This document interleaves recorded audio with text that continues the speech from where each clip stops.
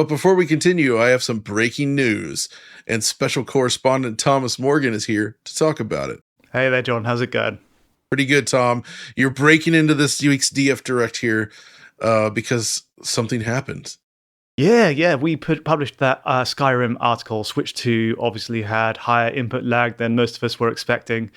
And we put out an article, I think it was the Wednesday or Thursday. And then obviously a new patch lands literally a day after the video goes out, as is always the way. And so we jumped right on that to see what changed. And so as a refresher, the original version that was released that you looked at was capped at 30 frames per second on Switch 2, but it did target rather high resolutions. But the problem was it had exceptionally high input latency. Upwards of, you measured it when just looking at analog stick movement, which is the responsiveness of the analog stick for looking around. It was upwards of 237 milliseconds. Yeah. And 293 when looking at the jump button. But then also looking at these numbers, the Switch 1 version, it was actually a lot higher than I remembered. That came in at 151 milliseconds already.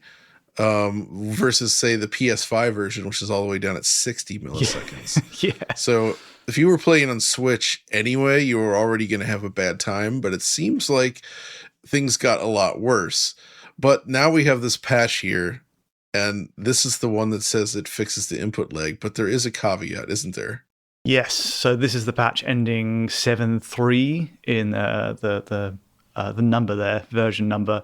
It's improved. So we'll start with the latency improvement. It is now on Switch 2 while doing an analog stick movement at 143 milliseconds, thereabouts, which is, oh my gosh, that's a huge improvement. It's about 94 or so compared to what we had before.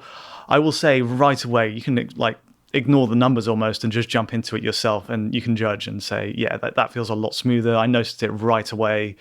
And so, it's not perfect. I think if you were to compare it to the PS5 version, like just going by eye, you'd immediately notice. But okay, we're now back sort of to ballpark Switch 1 levels, which, despite the high latency readings we have, a lot of people didn't seem to really notice at the time. And, if it's not a problem for people, then let's carry on with our lives and enjoy the game, right? But yes, so this is, I think, a good forward step, and it bears out in those analog stick movements. Jump button as well. I did. It's the patched Switch 2 release comes in at 224 milliseconds, which is less improved compared to what we had before, but I imagine it's all the same, really. It's just some margin of error stuff going on there.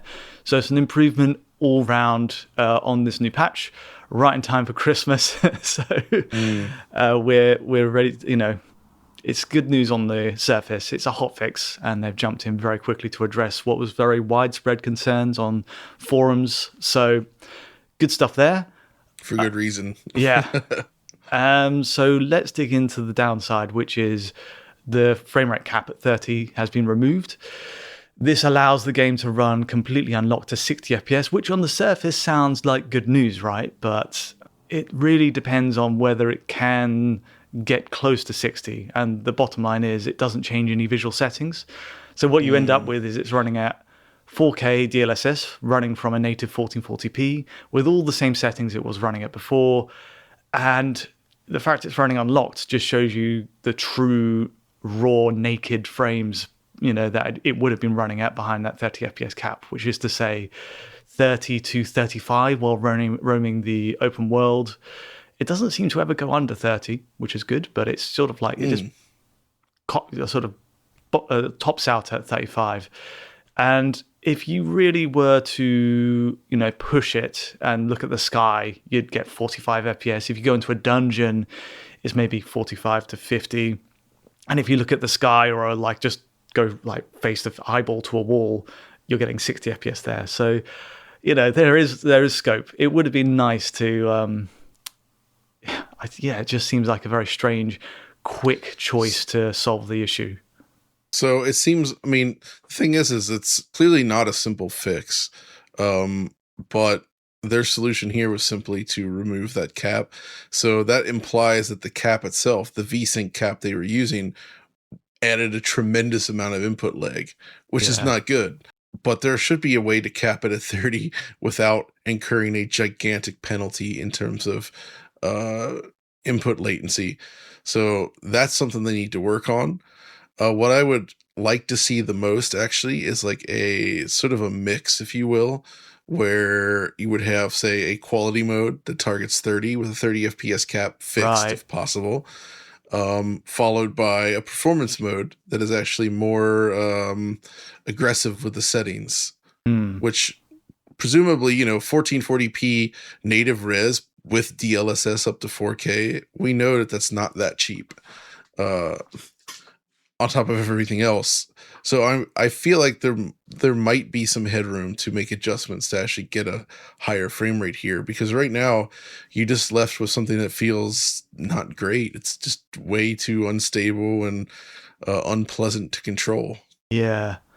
I don't think it really helps to run it in portable mode either. Like, it's just not high enough in, well, maybe a 40 FPS capped mode in portable would have been the best way there, but They'd have to be running it. They don't run this in 120 FPS mode, I assume, yeah, right? exactly. So the VRR range is super limited and basically useless. Exactly. So even there, it's not exactly helpful. But you're absolutely right. A performance mode that's actually tailored would have been perfect. I mean, think about if they didn't have all the bolt-on visual upgrades that we covered in the original video, like if the SSR was removed, say, if the ambient occlusion was dialed back and all the other settings that they've added to the Switch 2 release were dialed back to the Switch 1 version, surely 60 FPS is on the table then. Like, run it at 1080p or Right. even 720p DLSS, and there you go. So it's kind of, this is the definition of a hot fix, something that Bethesda has swooped in with before Christmas to allay concerns that they've seen on forums, and they were legitimate concerns. I think the input latency was just, it's like you said in your video, the direct with Oliver, that it was near connect levels of lag or above connect levels of lag. And for me, my comparison point was it's above cloud streaming. Any cloud streaming service I've ever tested, it's been higher. This is higher than that. So yeah, it really needed to be addressed. But the consequence of having gameplay run at like 30 to 35 FPS just feels, it doesn't feel great. It's just such a compromise.